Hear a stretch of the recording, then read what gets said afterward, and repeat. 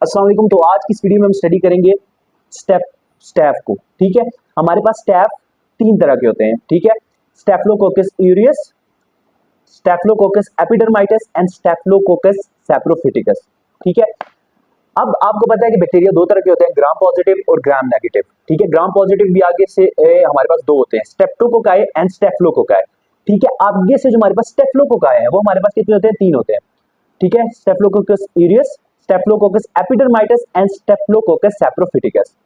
ठीक है, जो हमारे पास स्टेफलोकोकाई है ना, वो हमारे पास होंगे कैटालेज पॉजिटिव। ठीक है, इसका क्या मतलब है कि हमारे पास स्टेफलोकोकस जितने भी होते हैं वो कैटालेज पॉजिटिव है। ठीक है, ये एक कल्चर मीडिया है। फर्ज करें इसमें हमारे पास स्टेफ, अगर हमने देखना है कि इसमें कौन सा बैक्टीरिया पड़ा हुआ है, तो हम क्या करेंगे, हाइड्रोजन पेरोक्साइड डालेंगे। ठीक है, अब हाइड्रोजन पेरोक्साइड डालेंगे ना, तो अगर इसमें हमारे पास स्टेफ हुआ, कोई भी स्टेफ हुआ, स्टेफलोकोकस यूरियस हो, एपिडर्माइटिस हो, सैप्रोफिटिकस हो, तो वो क्या करेगा, वो हाइड्रोजन पेरोक्साइड को वाटर ऑक्सीजन में कन्वर्ट कर देगा, तो उसके रिजल्ट में आपको बबलिंग नजर आएगी। ठीक है, अब जो तीनों के तीनों स्टेफ हैं वो कैटालेज पॉजिटिव होते हैं, लेकिन जो हमारे पास स्टेफलोकोकस यूरियस है, ठीक है, वो हमारे पास कोगुलेज पॉजिटिव होता है। ठीक है, अब हम इन तीनों का आपस एक दूसरे से कैसे डिफरेंशिएट करेंगे? जो हमारे पास यूरियस है वो कोगुलेज पॉजिटिव होता है, और जो हमारे पास एपिडर्माइटिस और सैप्रोफिटिकस होते हैं वो हमारे पास कोगुलेज नेगेटिव होते हैं। अब जो कोगुलेज एंजाइम है ये क्या करता है, फिब्रिनोजिन को फाइब्रिन में कन्वर्ट करता है। ठीक है, जब भी आप कोई भी फर्ज करें, अब आपने डिफरेंशिएट करना है कि इसमें स्टेफ यूरियस है, एपिडर्माइटिस है या सैप्रोफिटिकस है, तो आप क्या करेंगे, इसमें प्लाज्मा डालेंगे। ठीक है, प्लाज्मा अगर तो हमारे पास सैप्रोफिटिकस हुआ या एपिडर्माइटिस हुआ तो फिर तो कोई रिएक्शन नहीं होगा, क्योंकि वो हमारे पास कोगुलेज नेगेटिव होते हैं।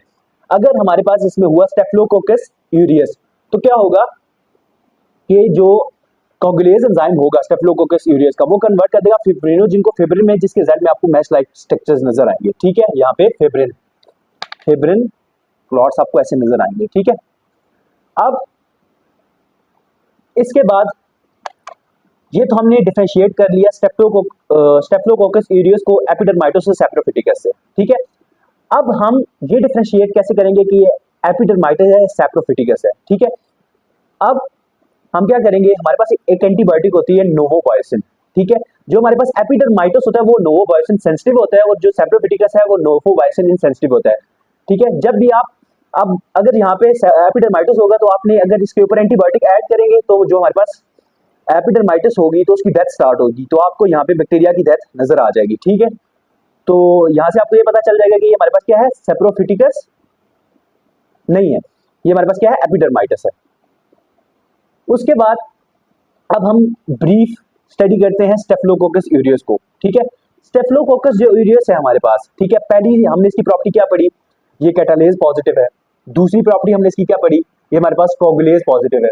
तीसरी प्रॉपर्टी जो इसकी हमारे पास होती है वो हमारे पास है ये बीटा हिमोलिटिक होती है। ठीक है, क्यों? क्योंकि हमारे पास स्टेफलोकोकस यूरियस है, ये हमारे पास एक टॉक्सिन रिलीज करता है, हीमोलाइसिन। ठीक है, मैं आगे जाके आपको पढ़ाऊंगा।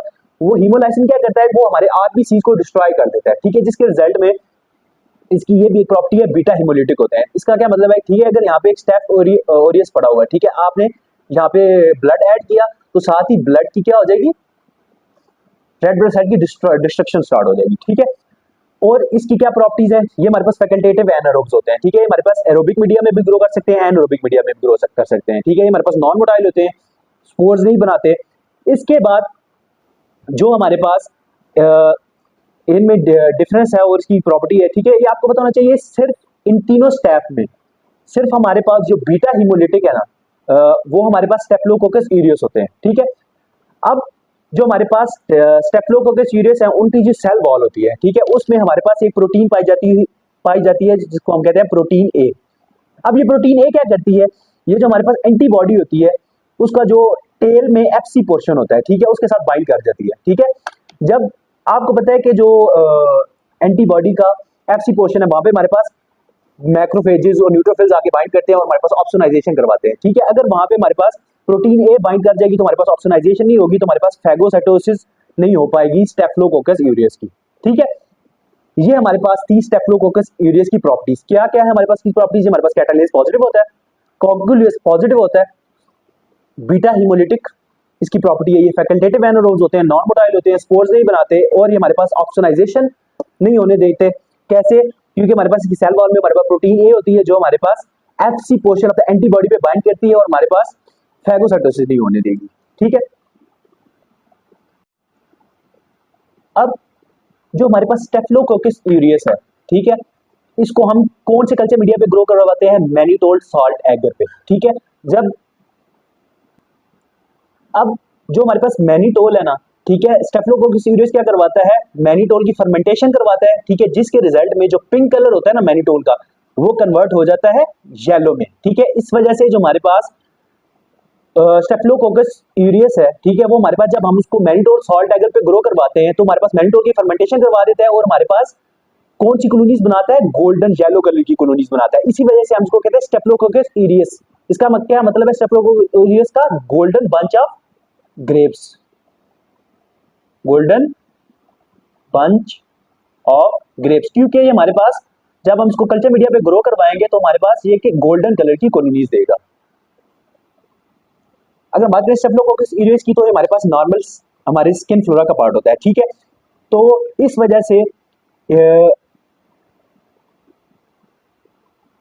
हमारे पास जो स्टेफिलोकोकस ऑरियस है वो हॉस्पिटल एक्वायर्ड इन्फेक्शन भी हो सकते हैं इसकी वजह से, और कम्युनिटी एक्वायर्ड। हॉस्पिटल एक्वायर्ड कैसे होते हैं? ठीक है, जब भी हमारी स्किन फ्लोरा का पार्ट होगा, ठीक है, जब भी हम कोई आईवी कैथीटर पेशेंट में इंसर्ट करेंगे ना, तो अगर हमने उसको, ठीक है, सेप्टिक टेक्निक से उस जगह को स्टरलाइज नहीं किया तो क्या होगा कि जब नीडल सेट करेंगे तो उसके साथ जो स्किन पे हमारे पास बैक्टीरिया होंगे स्टेफिलोकोकस ऑरियस, वो क्या हमारे पास आईवी कैथीटर के साथ अंदर चले जाएंगे और हमारे पास अंदर बायोफिल्म बना लेंगे। ठीक है, जो हमारे पास जो स्टेफिलोकोकस ऑरियस है इनकी ये हमारे पास बहुत इंपॉर्टेंट कैरेक्टरिस्टिक है, हमारे पास बायोफिल्म बनाते हैं। जब भी हमारे पास अंदर बायोफिल्म बना लेते हैं ना, तो वो बायोफिल्म हमारे पास एंटीबायोटिक रेजिस्टेंट भी होती है और हमारे पास जो हमारे इम्यून सेल्स होती हैं उनके लिए भी रेजिस्टेंट होती है। ठीक है, अगर तो जो हमारी नॉर्मल स्किन पे ना स्टेफिलोकोकस ऑरियस का लेवल लो है या हमारी इंटैक्ट स्किन है तो क्या होगी? स्टेफिलोकोकस की कोलोनाइजेशन होगी। लेकिन अगर इसका लेवल हाई हो जाए, कोई भी फैक्टर है, ह्यूमिडिटी, पीएच, किसी फैक्टर की वजह से, किसी वजह से भी ना स्टेफिलोकोकस ऑरियस का लेवल हमारी स्किन पे क्या होगा? हाई हो गया और हमारी स्किन में कोई भी कट लग गया है, उसके रिजल्ट में क्या हो जाएगा? इन्फेक्शन। अब जो स्टेफिलोकोकस ऑरियस है हमारे पास दो तरह के डिजीजेस काज करवाता है। ठीक है, एक हमारे पास होती है पायोजेनिक डिजीजेस और दूसरी हमारे पास टॉक्सिक मीडिएटिव डिजीजेस। पायोजेनिक डिजीज का मतलब ये है कि हमारे पास जो इन्फेक्शन काज करवाएगा ना, उसके रिजल्ट में पस फॉर्मेशन हो जाएगी। ठीक है, पस फॉर्मेशन जिस डिजीज में पस फॉर्मेशन होती है ना, उसको हम क्या कहते हैं? Pyogenic disease. अब अगर एक पेशेंट है, ठीक है, उस किसी फैक्टर की वजह से, ठीक है, उसके स्किन के ऊपर स्टेफिलोकोकस ऑरियस का लेवल हाई है, ठीक है, बहुत ज्यादा स्टेफिलोकोका है, वो डोमिनेट कर गया है, ठीक है, स्किन फ्लोरा पे, और कट लगा है उसकी स्किन पे, तो उसके रिजल्ट में क्या हो जाएगा? ठीक है, सबसे पहले उसकी एपिडर्मिस में इंफेक्शन होगा। ठीक है, एपिडर्मिस का इंफेक्शन होगा तो इसको हम क्या कहते हैं? इम्पेटाइगो। इसके बाद जो इन्फेक्शन है वो डर्मिस पे फैल जाता है। ठीक है, अगर डर्मिस में इन्फेक्शन फैल जाए तो इस कंडीशन को हम क्या कहते हैं? सेलुलाइटिस। और उसके बाद डर्मिस के नीचे हमारे पास होता है सबक्यूटेनियस टिश्यू। ठीक है, अगर इन्फेक्शन सबक्यूटेनियस टिश्यू में फैल जाए तो उसके रिजल्ट में सबक्यूटेनियस सबसेस फॉर्मेशन हो जाती है।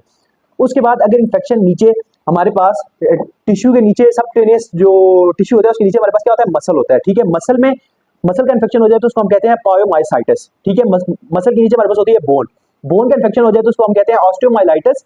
ठीक है, और बोन के साथ हमारे पास क्या होता है? जॉइंट। ठीक है, जॉइंट का इन्फेक्शन हो जाए तो उसको हम कहते हैं सेप्टिक आर्थराइटिस।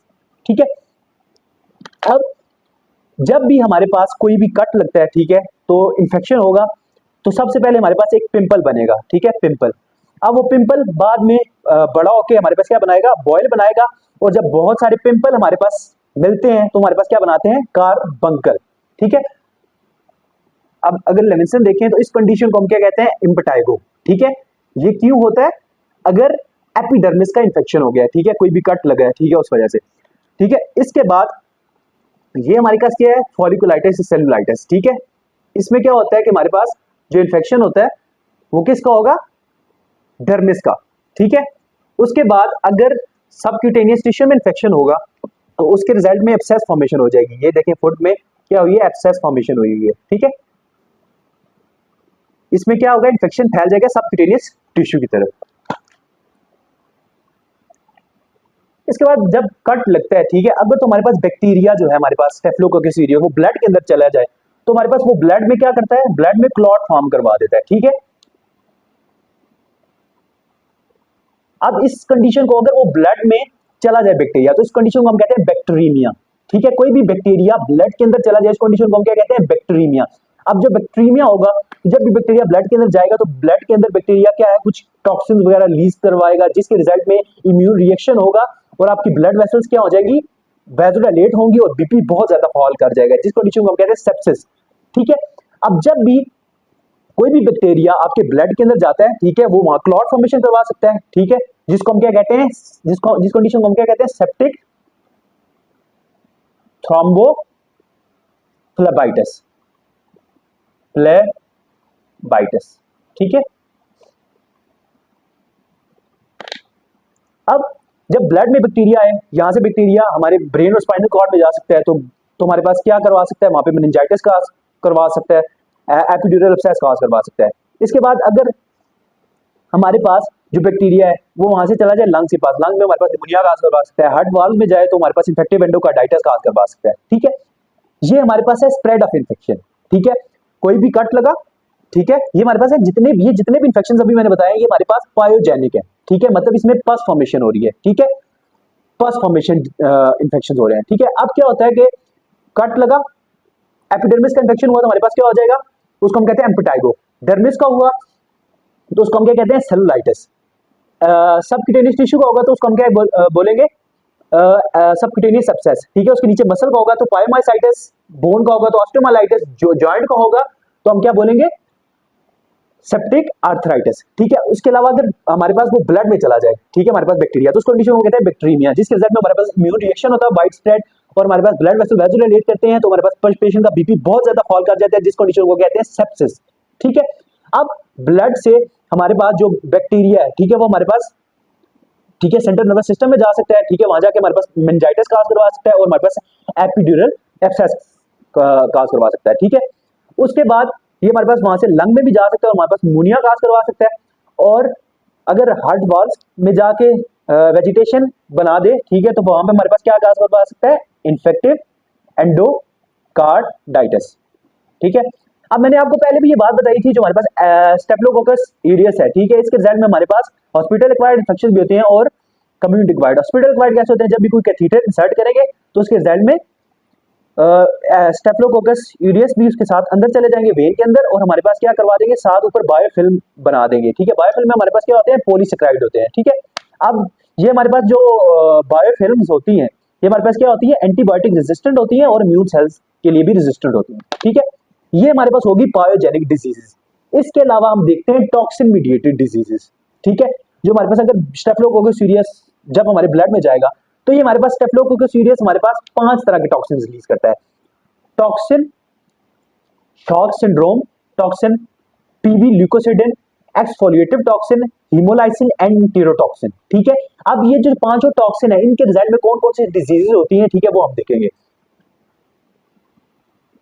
अब जो हमारे पास पहला टॉक्सिन है, टॉक्सिन शॉक सिंड्रोम टॉक्सिन, ये हमारे पास क्या करता है, जो हमारे पास MHC2 होता है, हमारे पास एंटीजन प्रेजेंट सेल उसके साथ जाके बाइंड करेगा, और हमारे पास एंटीजन प्रेजेंट सेल हमारे पास क्या रिलीज करेगा, साइटोकाइन, जिसमें हमारे पास इंटरल्यूकिन 1, 2 और ट्यूबर निक्रोसिस फैक्टर आते हैं। ये हमारे पास क्या करेंगे, फिजियोलॉजिकल चेंज करेंगे, क्योंकि वैसोडाइलेशन करवा देंगे, बॉडी में बहुत सी चेंजेस करवाएंगे, जिसमें हमारे पास क्या आता है, फीवर हो जाएगा, पेशेंट को रैश होगा, बीपी बहुत ज्यादा फॉल कर जाएगा, जिसकी वजह से पुअर ऑर्गन परफ्यूजन होगी और पेशेंट क्या कहां चला जाएगा, टॉक्सिक शॉक सिंड्रोम में, पेशेंट शॉक में चला जाएगा।